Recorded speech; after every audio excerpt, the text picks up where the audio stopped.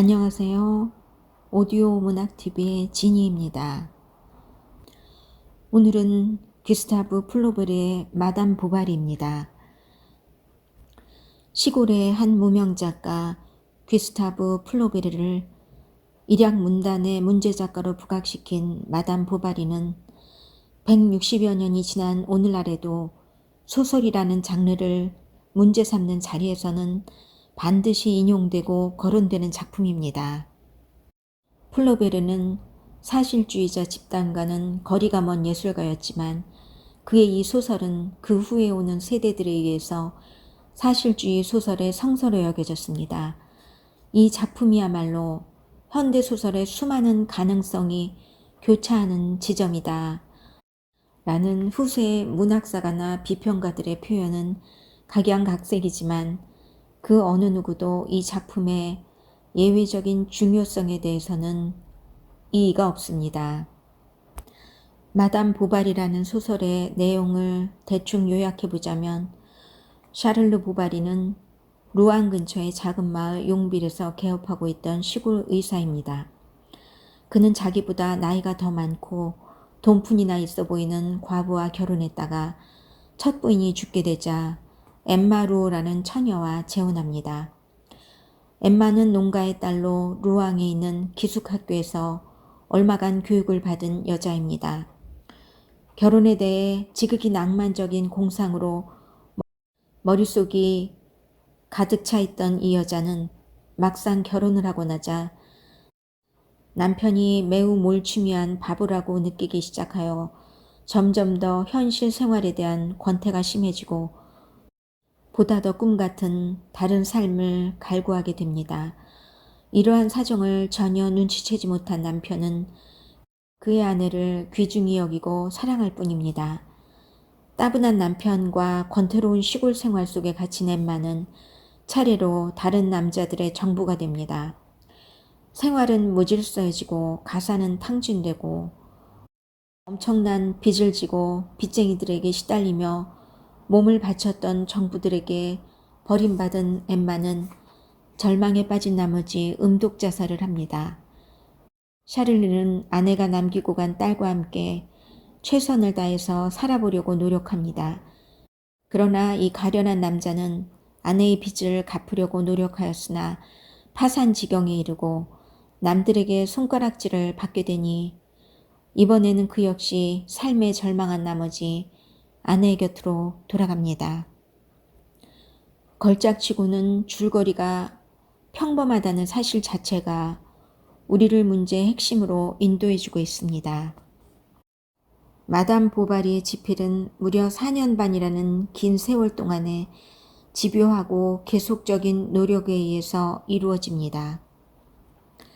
이 소설의 작업 과정을 추적해보면서 우리는 예술이 얼마나 기나긴 희생의 대가로 얻어지는가를 이해하게 됩니다. 보충 삽입한 부분과 원고에 풀로 추가한 교정주도 수없이 많습니다. 초인적인 의지와 집요함을 증언하는 예외적인 원고들입니다. 플로베르야말로 글 쓴다는 작업과 그 고뇌의 상징입니다. 어느 작가도 미묘하고 적절한 스타일의 맛을 산출하기 위하여 이토록 오랫동안 고통을 겪은 일은 없습니다. 그야말로 문학의 그리스도라 하겠습니다.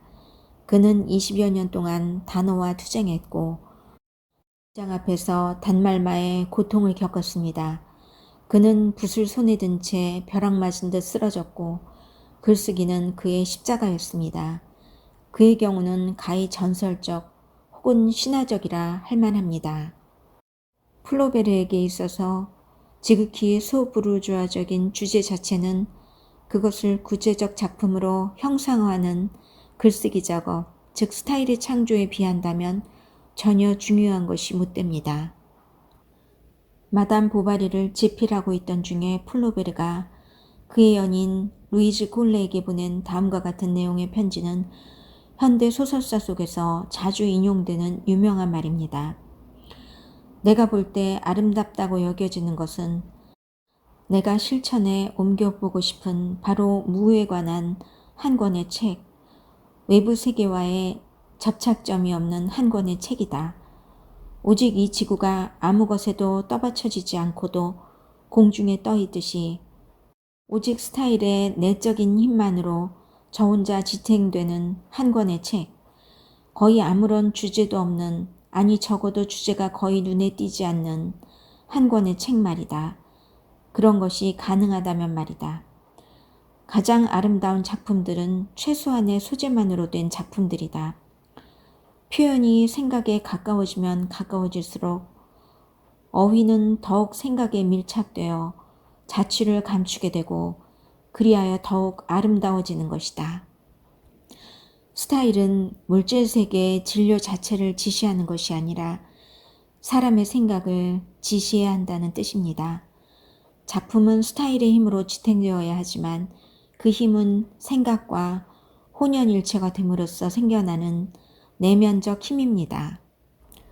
이 소설 속에서도 결혼, 이사, 첫 번째 정부, 그리고 두 번째 정부, 끝으로 자살, 이것이 엠마라는 여자의 일생입니다. 또한 사건들의 과정은 인간의 보편적인 전기의 차원으로 승격하지 못합니다. 그러나 그런 사건적인 차원으로부터보다 내밀한 의식의 차원으로 초점을 옮겨놓고 소설을 읽어보면 엠마의 권태, 사랑, 절망, 죽음이라는 보편적 삶의 비전이 눈에 들어오게 됩니다. 스타일이란 형태를 통해서 생각을 표현하는 방식입니다. 스타일은 그 자체만으로도 사물을 바라보는 절대적인 방식이라고 작가는 말합니다. 형식이 결여되어 있으면 생각도 없는 법이다. 형식과 내용 중 하나를 탐구한다는 것은 곧 다른 하나를 탐구한다는 것이다. 진료와 색채를 따로 떼어서 생각할 수 없듯이 그 두 가지는 서로 떼어서 생각할 수 없는 것이다. 그렇기 때문에 기법이 곧 진리다라고 플로베르는 말합니다. 그러니까 이 작가가 품고 있는 소설 이론의 바탕은 내용과 형식의 일체성이라고도 볼 수 있겠습니다. 찾으려고 노력만 한다면 아주 적확하며 좋아 있는 단 하나만의 표현을 찾아낼 수 있다고 그는 생각합니다. 생각과 형식의 일치는 소설 전체의 구도로부터 가장 직접적이고 표면적인 작은 단위에 이르기까지 골고루 적용된다. 생각이 아름다우면 아름다울수록 문장이 갖는 소리는 맑게 울린다고 그는 말합니다. 마담 보바리 속에 나타나 있는 것은 허물어져 가고 있는 현실의 모습입니다. 우리의 언어는 윤곽이 분명하고 정확한 데 비하여 우리의 생각은 모호하고 엉클어져 있으며 포착하기 어려운 것이고 보니 작품의 조형 그 자체가 점점 더 불가능해진다고 플로베르는 수레합니다. 시골 의사인 샤를로와 루 영감의 농장에서 엠마가 만나는 부분을 낭독해 드리겠습니다. 어느 날 아침 루 영감이 샤를로에게 다리를 낫게 해준 치료비를 가지고 왔다. 40수짜리 은화로 75프랑과 칠면조 한 마리였다. 그는 샤를르의 불행한 소식을 들었다면서 성의껏 위로의 말을 했다. 나도 그 심정 알아요. 하고 상대의 어깨를 두드려주면서 그는 말했다. 나도 당신과 똑같은 처지를 당해봤으니까요. 저 불쌍한 여편네를 잃었을 때 난 혼자 있고 싶어서 들에 나가곤 했지요. 바위 밑에 주저앉아서 울었어요. 하느님을 부르면서 바보 같은 넋두리를 늘어놓았지요. 차라리 나뭇가지에 걸린 채 뱃속에 구더기들이 우글거리는 두더지가 되고 싶더군요. 요컨대 죽고 싶었던 거예요. 다른 사람들은 지금쯤 귀여운 마누라를 꼭 껴안고 있으려니 하고 생각하면서 나는 몽둥이로 땅바닥을 쾅쾅 쳤어요. 거의 미칠 지경이 되어 음식도 먹을 수가 없었습니다. 카페에 간다는 생각만 해도 구역질이 났어요. 정말입니다. 그런데 말씀이죠. 아주 서서히 하루가 가고 이틀이 가고 겨울이 가고 다시 봄이 오고 여름이 지나 가을이 오고 한 조각 한 조각 한 알 한 알 흘러가더군요. 사라졌다 할까? 떠나갔다 할까? 아니 가라앉았다고나 할까? 여기 가슴 밑바닥에 글쎄 뭘 할까? 여전히 뭔가 묵직한 것이 남아있으니까요. 그렇지만 이게 우리들 모두의 운명이니까 자포자기해서는 안 되죠. 다른 사람이 죽었다고 해서 자기도 죽고 싶어 한다는 건 기운을 좀 내야 합니다. 보바리 씨. 다 지나가게 마련이에요. 우리 집에 좀 오세요. 우리 딸이 가끔 당신 얘기를 하곤 합니다. 아실 거예요. 선생님은 벌써 잊었을 거야 하곤 해요. 이제 곧 봄이에요. 기분 전환도 할 겸 잘 잡히는 데 가서 토끼 사냥이라도 합시다. 샤르르는 그의 충고를 따랐다. 그는 베르토를 다시 찾아갔다. 모든 것이 어제 그대로, 즉 5달 전 그대로였다. 벌써 배나무에는 꽃이 피었고 루오 영감은 이제 일어서서 자유롭게 걸어 다녔으므로 농장이 더 활기차 보였다. 마음이 괴로운 처지에 있는 관계로 의사에게는 최대한 정중하게 대해주는 것이 의무라고 생각한 영감은 그에게 제발 모자를 벗지 않아도 된다고도 하고 마치 환자를 대하듯이 나직한 목소리로 말을 건네기도 하고 심지어는 특별히 그를 위해서 작은 항아리에 담은 크림이나 삶은 배 같은 보다 더 가벼운 음식을 좀 장만해두지 그랬냐고 화를 내 보이는 신용까지 했다. 그는 여러 가지 재미있는 이야기도 했다. 샤를르는 놀랍게도 너털 웃음을 웃었다. 그러나 아내의 기억이 문득 되살아나서 표정이 어두워졌다. 커피가 나왔다. 그는 벌써 더 이상 그 일을 생각하지 않았다. 혼자 사는데 익숙해짐에 따라 그는 그 생각을 덜했다. 구속받지 않고 사는 생활에 새로운 쾌적함으로 인해서 머지않아 고독이 견딜만해졌다. 이제 그는 식사 시간도 마음대로 바꿀 수 있었고 이유를 설명하지 않고도 집에 들고 날 수 있었으며 피곤하면 침대 하나 가득 사지를 쭉 뻗고 누울 수도 있었다. 그래서 자기 몸을 아끼고 보살폈으며 남들이 위안을 해주면 받아들였고 다른 한편 아내의 죽음은 직업상에도 적지 않은 도움이 되었다.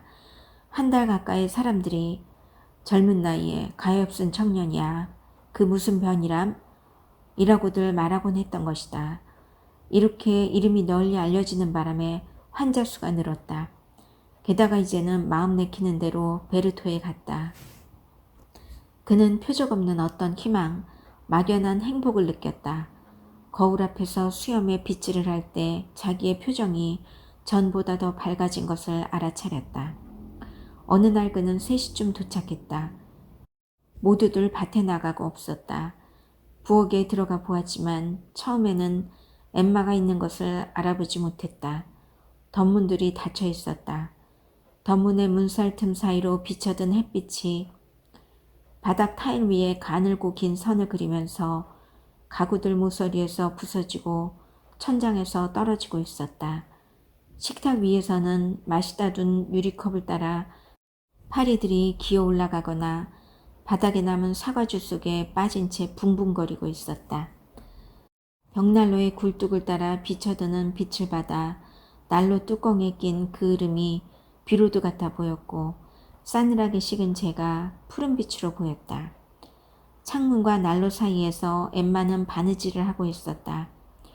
쇼를 걸치지 않고 있어서 맨살이 드러난 어깨에 작은 땀방울들이 송송 맺혀 있는 것이 보였다. 시골 풍습에 따라 그녀는 뭘 좀 마시라고 권했다. 그가 사양하자 그녀가 다시 강권했다.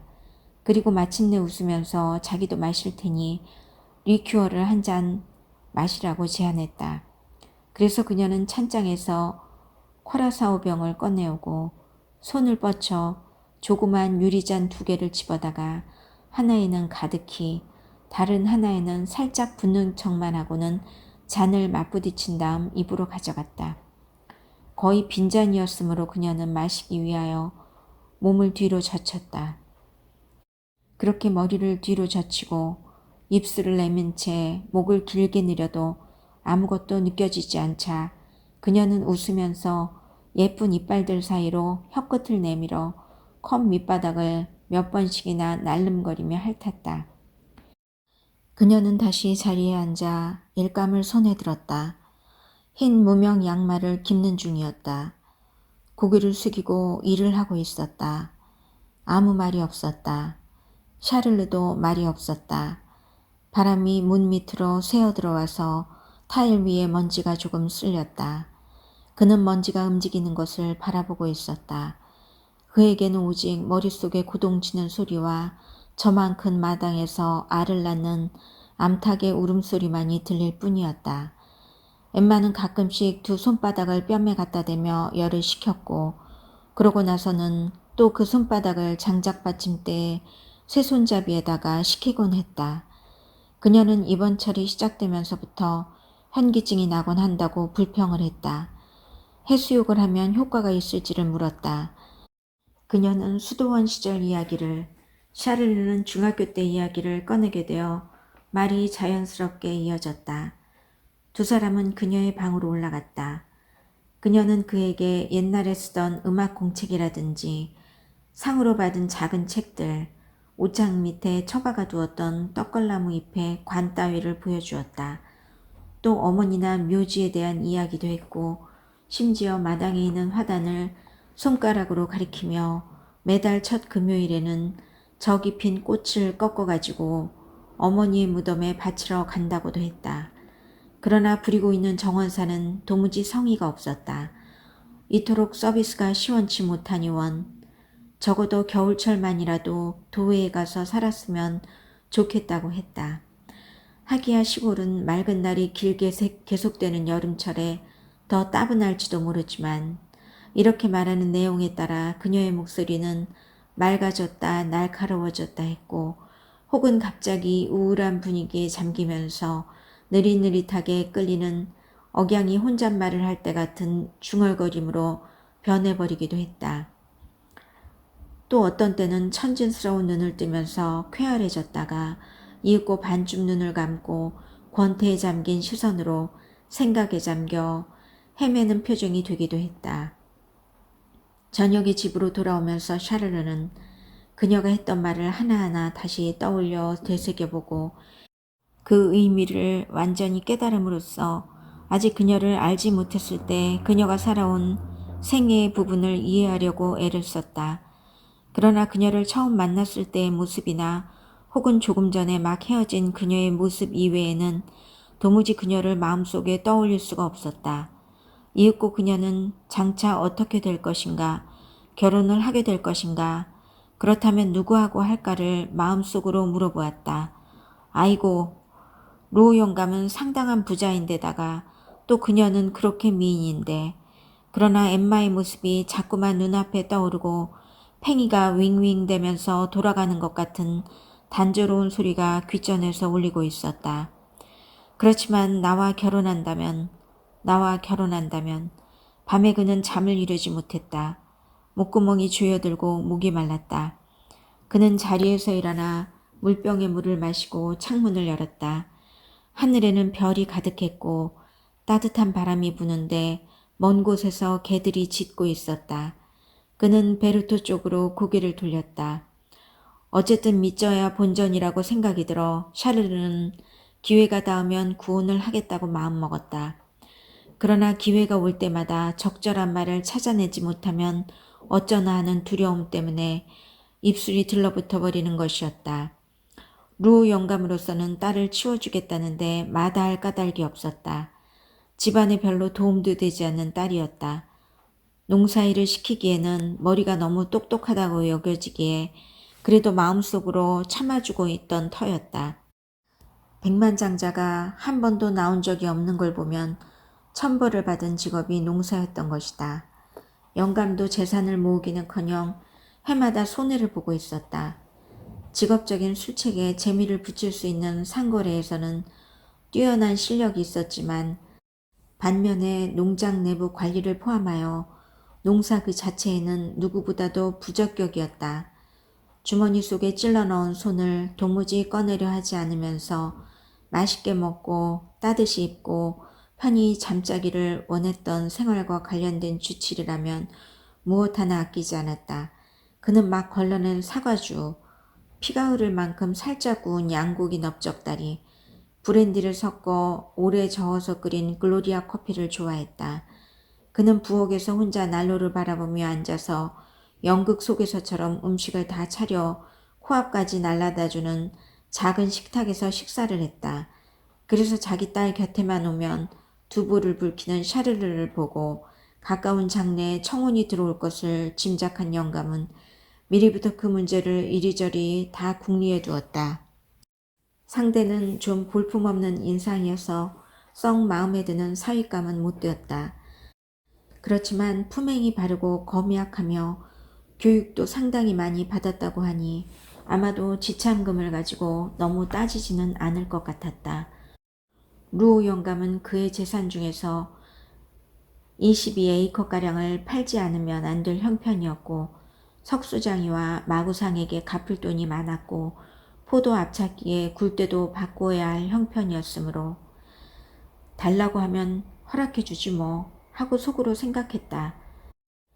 생미셸 축일 무렵 샤를르는 베르토에 찾아와 사흘 동안을 묵었다. 그 마지막 날도 앞서 이틀과 마찬가지로 15분씩 우물쭈물 늦추기만 하다가 지나가 버렸다. 루오 영감이 그를 배웅하러 나왔다. 움푹 패인 길을 걸어 나오던 그들이 헤어질 때가 되었다. 그때가 바로 기회였다. 샤를르는 생목 울타리 모퉁이에 이를 때까지 참았다. 그리고 그곳마저 지나치자 루시 하고 중얼거렸다. 잠깐 말씀드릴 게 있습니다만 그들은 발걸음을 멈추었다. 샤를르는 말이 없었다. 자, 하고 싶은 말을 꺼내봐요. 내가 뭐 아무것도 모르고 있는 줄 아슈? 하고 루오 영감이 빙그레 웃으며 말하였다. 루오 영감님 하고 샤를르가 말을 더듬었다. 나야 더 이상 바랄 게 없지요. 하고 농장주가 말을 이었다. 그애도 물론 나와 같은 생각이겠지만 그래도 본인의 생각을 물어보긴 해야지요. 그러니 오늘은 그만 돌아가시오. 나도 집으로 돌아가 보겠어요. 만일 좋다고 한다면 똑똑히 들어요. 남들의 눈도 있고 하니 다시 올 건 없어요. 더군다나 그 애도 너무 흥분될 테고 하지만 당신도 조바심이 날 테니까 내가 창에 달린 덧문을 벽 쪽으로 활짝 열어젖히겠어요. 생목 울타리로 목을 내밀고 들여다보면 뒤쪽으로 그게 보일 거요. 그리고 그는 멀어져 갔다. 샤를르는 말을 나무에 맸다. 그가 달려가 오솔길에 숨어서 기다렸다. 반 시간쯤이 지난 다음 다시 시계를 보면서 19을 세었다. 갑자기 벽에 뭔가 쾅 하고 부딪히는 소리가 났다. 덧문이 활짝 열어젖혀져 있었고 문고리가 아직도 흔들리고 있었다. 이튿날 9시부터 그는 농장에 와 있었다. 그가 들어서자 엠마는 태어난 채 약간 웃음을 웃어 보이려고 애를 쓰면서도 얼굴을 붉혔다. 루오 영감이 미래의 사위를 포옹했다. 자세한 문제들을 따져보는 것은 뒤로 미루기로 했다. 하기야 시간 여유는 있었다. 어차피 샤를르가 상을 벗기 전에는 다시 말해서 이듬해 봄까지는 체면상 결혼식을 할 수 없기 때문이었다. 그렇게 기다리는 동안에 겨울이 갔다. 루오 양은 혼숙감 장만에 몰두했다. 그 일부는 루앙에 주문을 했지만 속옷으로 잘 때 쓰는 모자 같은 것들은 그녀가 당시 유행하는 본을 빌려와서 그걸 보고 직접 만들었다. 샤를르가 농장을 방문할 때마다 결혼 준비에 대한 이야기를 나누었다. 어느 방에서 피로연을 베풀 것인지 의논했고 음식은 얼마나 차릴 것인지 전식으로는 무엇을 낼 것인지 궁리했다. 엠마는 오히려 횃불을 환하게 켜고서 자정에 결혼식을 하고 싶다고 했다. 그러나 루오 영감은 그런 발상을 도무지 이해할 수가 없었다. 결국 결혼식을 올릴 때는 43사람의 하객들이 와서 16시간 동안이나 식탁에 붙어 앉아 있었으며 잔치는 그 다음 날도 다시 시작되었고 또 그 다음 며칠 동안도 좀 더 계속되었다. 엠마가 이 소설의 참다운 주인공으로 부상하고 샤를르의 시선이 엠마의 시선으로 교체되는 대목을 자세히 읽어보면 흥미롭습니다. 처음 며칠 동안 그녀는 집안을 어떻게 바꿀 것인가에 대한 궁리로 마음이 바빴다. 그녀는 촛대에 씌운 유리 뚜껑을 벗겨버렸고 새벽지를 바르고 계단을 새로 칠하고 마당의 해시계 주위를 돌아가면서 벤치를 만들어 놓도록 시켰다. 심지어 분수를 설치하여 물고기를 키울 수 있는 연못을 만들려면 어떻게 해야 하는지 물어보기도 하였다. 마침내 그의 남편은 그녀가 마차를 타고 드라이브 하기를 좋아한다는 것을 알고는 소형 보크마차를 중고로 한 대 구해왔는데 거기다가 일단 새 초롱과 실밥이 보이게 누빈 가죽 흙바지를 달고 보니 틸뷰리형 이륜마차 비슷해 보였다. 그래서 그는 행복했고 아무런 걱정이 없었다. 마주 앉아 하는 식사, 저녁 때 큰 길로 나가서 거니는 산책, 머리카락을 쓸어올리는 그녀의 몸짓, 창문 문고리에 걸린 그녀의 밀짚 모자의 모습, 그 밖에도 샤를르로서는 한 번도 기쁨의 원천이 되리라고 상상해보지 못했던 숱한 것들이 이제는 끊임없는 행복을 만들어주고 있는 것이었다. 아침에 잠자리에서 그는 베개를 빼고 나란히 누워 본인 모자에 타원형 귀덮개에 반쯤 가린 그녀의 금빛 뺨 위에 솜털 사이로 햇살이 비쳐드는 것을 바라보고 있었다.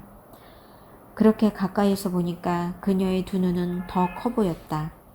특히 잠에서 깨면서 몇 번씩이나 눈을 깜빡일 때가 그랬다.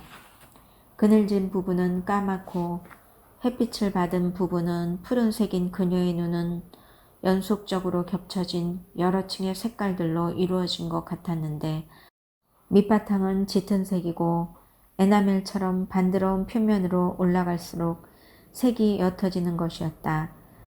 샤를르 자신의 눈은 그 깊은 심연 속으로 온통 빨려들어서 그는 머리에 쓴 수건과 앞가슴을 풀어헤친 셔츠의 윗부분과 더불어 양 어깨에까지 자신의 모습이 축소되어 그 속에 비친 것을 볼 수 있었다. 그러면 그는 자리에서 일어났다. 그녀는 그가 떠나는 것을 보려고 창가에 나와 서는 것이었다. 그러고는 헐렁한 실내복 그대로 창턱에 놓인 두 개의 제라늄 화분 사이에 팔꿈치를 고이고 서 있었다. 샤를르는 길에 나와서 표지석 위에 발을 올려놓고 박차끈을 조여맸다. 그러면 그녀는 위에서 그에게 계속 말을 하면서 입으로 꽃이나 잎을 뜯어 그의 쪽으로 불어보내는 것이었다. 그러면 그것들은 곧장 떨어지지 않고 공중에서 새처럼 반원을 그리며 하늘거리다가 문 앞에 가만히 서 있는 늙은 흰색 앞말의 부수수한 갈기에 잠시 걸려있다가 떨어졌다.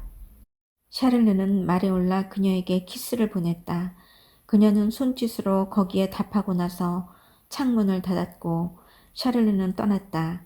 그러고 나면 그는 긴 리본처럼 끝없이 뻗은 먼지투성이에 대로며 나무들이 가지를 뻗어 공룡을 이루고 있는 움폐인 길들이며 미리 무릎까지 자라 무성한 오솔길을 따라 어깨 위에 햇살을 받고 아침 공기를 콧구멍으로 들이켜며 가슴은 간밤의 희열로 부풀어 올라 마음은 평온하고 몸은 만족한 채 마치 저녁 만찬 뒤에 소화시키고 있는 송로의 뒷맛을 아직도 즐기고 있는 사람들처럼 행복을 반추하면서 가는 것이었다. 플로베르는 이 책이 그의 심리과학의 집성이 될 것이며 오직 그런 면에서 독창적인 가치를 지니게 될 것이라고 말했다. 어느 면에서 보면 이 소설은 여주인공 엠마의 성격 혹은 기질에 의하여 결정되고 또 그 성격이나 기질 자체는 이 인물의 성장 과정과 주위 환경에 의하여 규정된다고 할 수 있다. 결혼을 계기로 하여 엠마가 소설 속에서 점차 중요한 위치를 점하게 되는 즉시 작가는 그 여자가 지금까지 자라온 환경을 서술하는데 일부 제6장 전체를 할애한다. 여주인공이 수도원에서 보낸 소녀 시절은 저 유명한 모바리즘의 결정적인 계기가 되며 동시에 이 소설을 숙명의 소설, 실패와 환멸의 소설로 만드는 요인이 되기도 한다. 보바리즘은 스스로를 있는 그대로의 자신과 다르게 상상하는 기능을 말하는 것이다.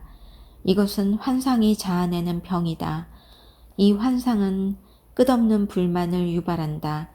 이런 성격을 가진 인물은 이상의 안경을 쓰고 현실을 바라봄으로써 현실을 변형시킨다. 돈키호테가 그러했듯이 엠마는 소녀 시절의 수도원에서 너무나 많은 소설을 읽었다. 물론 천박한 낭만적 소설들이다. 이 여자는 상상력 과잉의 병에 걸린 것이다. 나는 그저께 오후 줄곧 새규리를 통해서 들판을 바라보며 지냈다. 내 보바리의 한 페이지를 위해서 그럴 필요가 있었던 것이다. 작가는 편지 속에서 이렇게 말했다. 소설 속에서는 이 대목이 결국 삭제되었지만 매우 의미심장한 상징이다. 엠마의 시선과 현실 사이에 가로놓인 색유리는 현실의 모습을 여러 가지 면에서 변형시킨다. 우선 시간적인 차원에서 엠마는 현재보다 미래나 과거에 더 집착한다. 미래는 모든 욕망과 환상의 시간이다. 그러나 마음 깊은 곳에서는 어떤 돌발 사건이 일어나기를 기다리고 있었다. 매일 아침 눈을 뜨면 바로 그날에 그 일이 일어나기를 바라면서 모든 소리에 귀를 기울였고 자리를 차고 벌떡 일어나기도 했고 그 일이 일어나지 않는 것에 놀라곤 했다. 그러다가 해가 지면 언제나 더 한층 마음이 슬퍼져서 어서 내일이 오기를 바랐다. 미래의 기대가 현재 속에서 깨어지는 일이 잦아지면 그 내면적 환상의 색유리는 과거에 대한 향수를 비춰준다. 그 시절은 얼마나 행복했던가, 얼마나 많은 자유, 희망, 얼마나 풍성한 환상에 차 있었던가. 지금은 이미 아무것도 남은 것이 없다. 그녀는 처녀 시절, 결혼, 연애, 이렇게 차례로 모든 환경들을 거치면서 갖가지 영혼의 모험들에 그걸 다 소비해버리고 말았던 것이다. 과거에 대한 향수는 이처럼 현실 속의 실패를 더 많이 투영해 보인다. 또 엠마는 공간적인 차원에서도 지금 여기의 현실보다 다른 곳에 더 많이 집착한다. 그 밖에 모든 세상사는 분명한 장소도 없이 존재하지 않는 것이나 마찬가지로 사라지고 없었다. 게다가 가까운 곳에 있는 것일수록 그녀의 생각은 그곳에서 멀어져 갔다. 그녀를 가까이 둘러싸고 있는 모든 것, 권태로운 전원, 우매한 소시민들, 평범한 생활 따위는 이 세계 속에서의 예외, 어쩌다가 그녀가 걸려든 특수한 우연에 불과한 반면 저 너머에는 행복과 정열의 광대한 나라가 끝간데 없이 펼쳐져 있는 것처럼 생각되었다. 그 다른 곳 혹은 저 너머의 현실이 바로 그의 몽상의 나라이며 수도원에서 읽은 소설책이며 그림 속에 나오는 풍경이며 그가 당장에 갈 수 없는 저 화려한 도시 파리 같은 곳이다. 답답한 농가의 딸 엠마는 샤를르 보바리가 단지 저 다른 곳에서 나타난 남자이기 때문에 그와 결혼하게 된 것이다. 색유리는 시간적으로 공간적으로 환상을 자아내고 욕구를 충동한다. 그것은 또한 타인의 모습을 변형시킨다. 화려한 보비에사르 성관에서 엠마는 라베르디르 공작이 접시 위에 몸을 구부리고서 어린아이처럼 입에서 소스를 뚝뚝 흘리면서 말을 더듬는 꼴을 보게 되는데 그 노인이 옛날에 궁정에서 살았고 왕비들의 침대에서 잤었다는 사실을 알자 엠마의 눈길은 무의식 중에 특별하고 고귀한 그 무엇에 끌리듯 이 입술이 처진 노인 쪽으로 자꾸만 쏠리는 것이었다.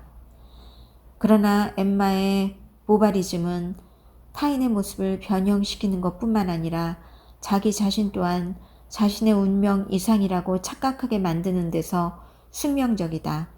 색유리가 자아를 변형시켜 보여주기 때문에 엠마는 성취할 수 없는 그 무엇에 대한 욕구에 사로잡히고 만다. 엠마는 현실 속에 몸담고 있으면서 몽상을 살고자 한다.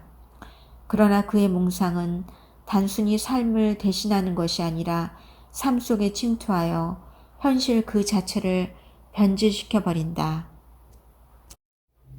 플로베르는 항상 자신의 내면 속에 뿌리 깊게 도사리고 있는 낭만적 상상력의 본질을 누구보다도 속속들이 알고 있었던 것이다. 그런 의미에서 마담 보바리는 영원한 표본이다. 그 여자는 라마르틴과 윗세를 능가한다. 왜냐하면 우리들 모두가 엠마 보바리이기 때문이다. 보잘것없는 삶을 자신의 꿈으로 대치시킬 때 자신에게 주어진 저 실망 가득한 모험들이 꿈에 의하여 다른 모습을 띠게 될 때, 그리하여 그런 모험들이 어딘가 어울리지 않는 어색한 꼴로 보이게 될 때, 그녀가 현실에다가 거짓 옷을 입혀 로돌프나 레옹이라는 인물을 분장시킬 때 엠마는 단순히 낭만적인 여주인공만이 아니라 그의 시대를 초월하는 인물인 것이다. 물론 그 여자는 그 시대 특유의 향수 냄새에 취해 있다. 그러나 엠마는 그런 것을 멸시하는 플로베르와 마찬가지 방식으로 저 싸구려 향수에 홀려 있는 것이다. 우리는 플로베르 자신이 했다는 저 유명한 말, 엠마 보바리는 바로 나 자신이다 가 어떤 의미인지 이해할 수 있다. 플로베르에게 있어서 마담 보바리는 낭만주의에 대한 일종의 해독제 구실을 하고 있다. 하여간 이처럼 성장 과정과 교육과 시대적 환경에 의하여 결정된 엠마의 낭만적 욕구는 장차 그녀의 일생을 지배하는 근원적 동력이 된다. 한밤중에 촛불을 잔뜩 켜놓고 결혼식을 올리고 싶어 했던 이 처녀가 샤를르라는 몰취미한 남편을 만났으니 실망하는 것은 당연하다. 이렇게 제 아무리 샤를르의 마음을 부싯돌로 두드려 보아도 전혀 불꽃이 일어나지 않고, 게다가 그녀 자신도 기성의 형식을 통해서 겉으로 드러나지 않는 것이면 아무것도 믿지 못하듯이 자신이 경험하지 않은 것은 이해할 수 없는 터라 엠마는 샤를르의 정열이 별로 대단한 것이 못 된다고 쉽사리 체념해버렸다. 그러나 이때까지만 해도 엠마의 몽상과 욕구는 아주 막연한 내적 충동에 지나지 않는다. 다음은 결혼 초기에 엠마가 강아지를 데리고 산책을 나갔을 때의 장면입니다.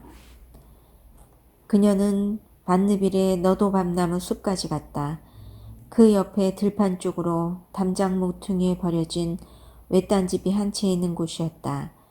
도랑 속에는 잡초들 사이에 잎이 날카로운 키 큰 갈대들이 돋아나 있었다. 그녀는 우선 지난번에 왔을 때와 무엇이 달라진 것이 없는지 확인하려고 주위를 한 바퀴 둘러보았다. 변함없는 그 자리에 디기탈리스와 향꽃나무, 큰 돌들을 둘러싸고 있는 쐐기풀 덩굴, 세 개의 창문을 따라서 덮인 이끼가 그대로였다. 항상 닫혀있는 창의 덧문은 녹슨 쇠창살 위에 사가 떨어질 듯이 걸려 있었다.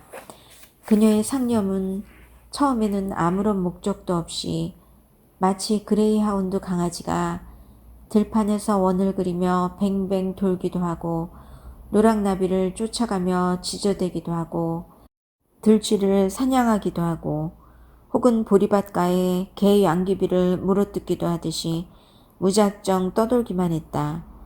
이윽고 생각이 조금씩 한 곳에 머물게 되자 그녀는 잔디 위에 앉아 양산 끝으로 잔디를 콕콕 찌르면서 마음속으로 되풀이했다. 맙소사, 내가 어쩌자고 결혼을 했던가. 그녀는 우연의 다른 짝맞춤으로 누군가 딴 남자를 만날 도리는 없었을까를 자문했다. 그리고 실제로 일어나지 않은 그 사건들, 달라졌을 그 생활, 알지 못하는 그 남편은 어떤 모습이었을까를 상상해 보려고 했었다.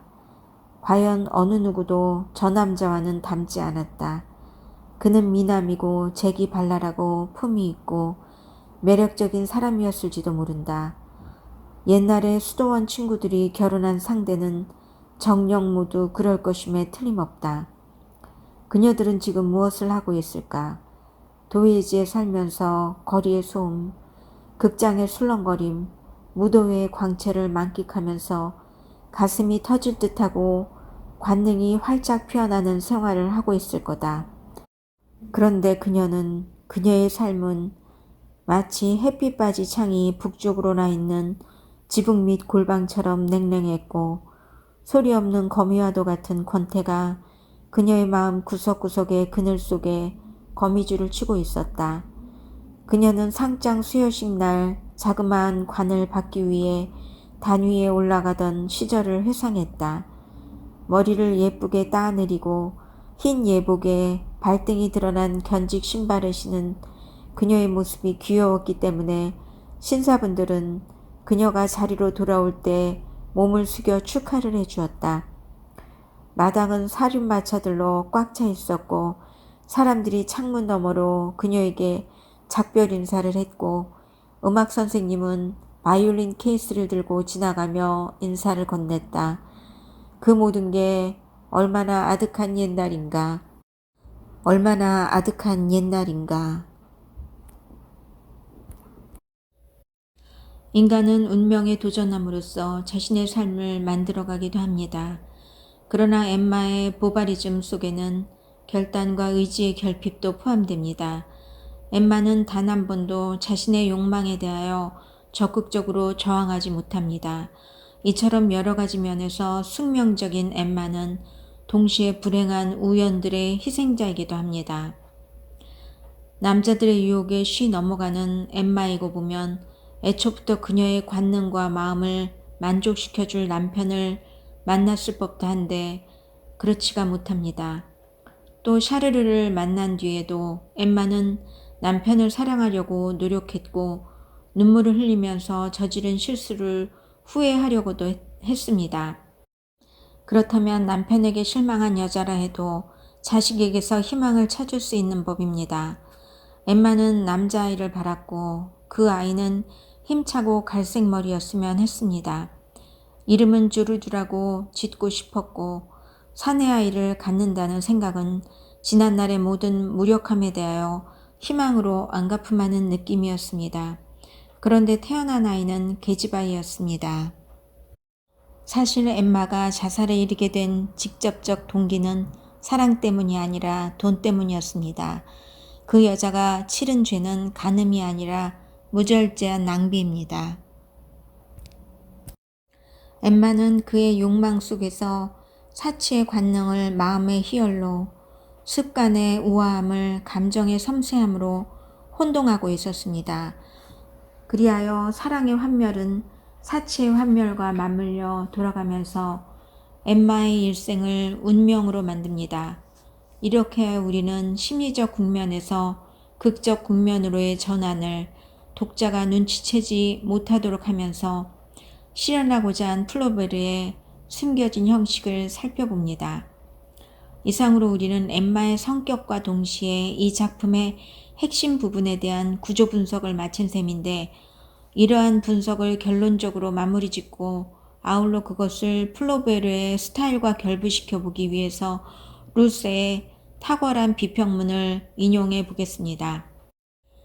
플로베르에 있어서 스타일이란 교착성의 원칙이며 동질성으로의 환원을 의미합니다.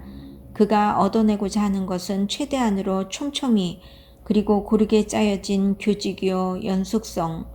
그가 볼 때 한 작품의 질적 우수성은 그것을 구성하는 진주들이 아니라 진주들을 한데 꿰는 실이요 단일한 운동이요 흐름이다.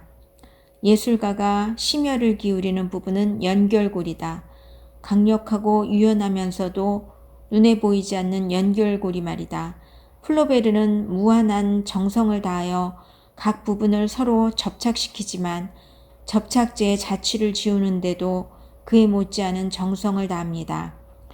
결국 작가의 탁월한 솜씨는 각각의 서술과 묘사들이 전체 속에서 전반적인 조화를 얻어내는 데서 여실히 발휘되어 있는 것입니다.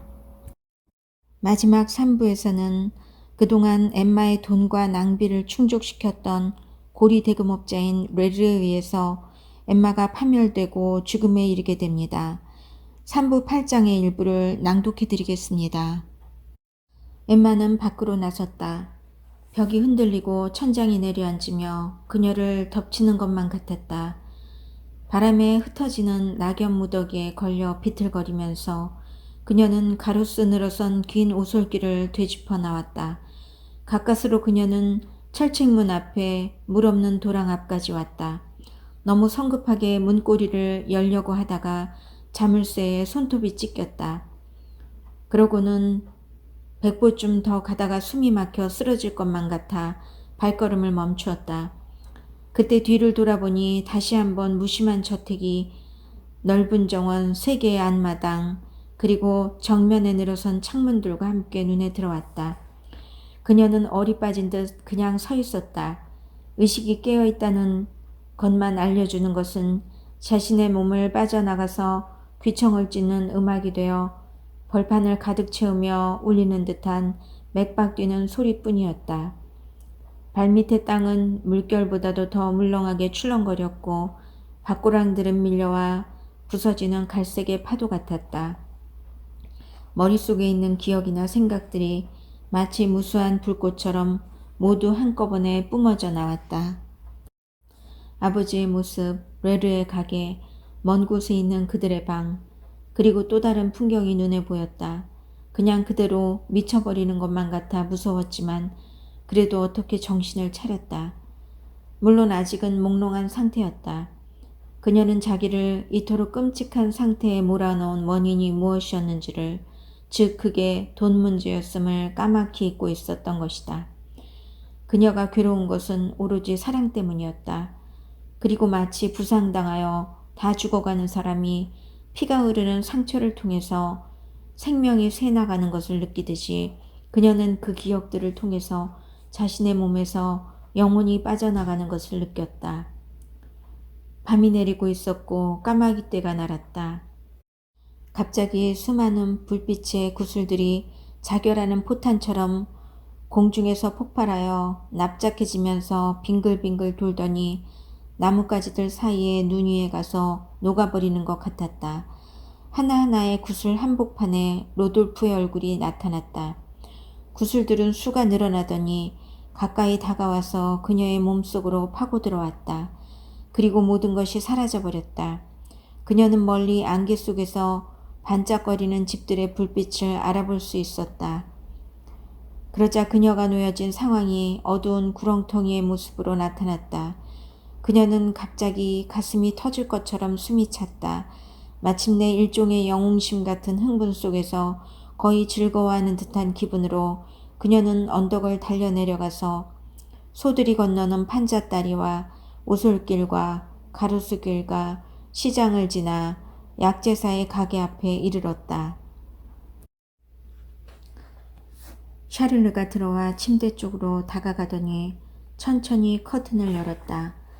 엠마는 오른쪽 어깨 쪽으로 고개를 기울이고 있었다. 벌어져 있는 입 한 구석은 마치 얼굴 아래쪽으로 난 시커먼 구멍 같았다. 양쪽 엄지손가락은 손바닥 안으로 접혀져 있었다. 흰 먼지 같은 것이 눈썹 여기저기 붙어 있었고 두 눈은 마치 거미가 그물을 친 것처럼 엷은 막 같은 끈적끈적하고 창백한 기운 속으로 꺼져 들어가기 시작했다. 그녀의 몸에 덮은 시트는 젖가슴에서 무릎까지 움푹 패어 들어갔다가 다시 거기에서 발가락 끝쪽으로 쳐들려 있었다. 그래서 샤를르에게는 무한히 큰 덩어리들이 가늠할 수 없는 무게가 그녀를 짓누르고 있는 것처럼 느껴졌다. 이상 낭독을 마치겠습니다. 저의 방송을 들어주셔서 진심으로 감사드립니다. 구독과 좋아요는 저에게 힘이 됩니다. 감사합니다.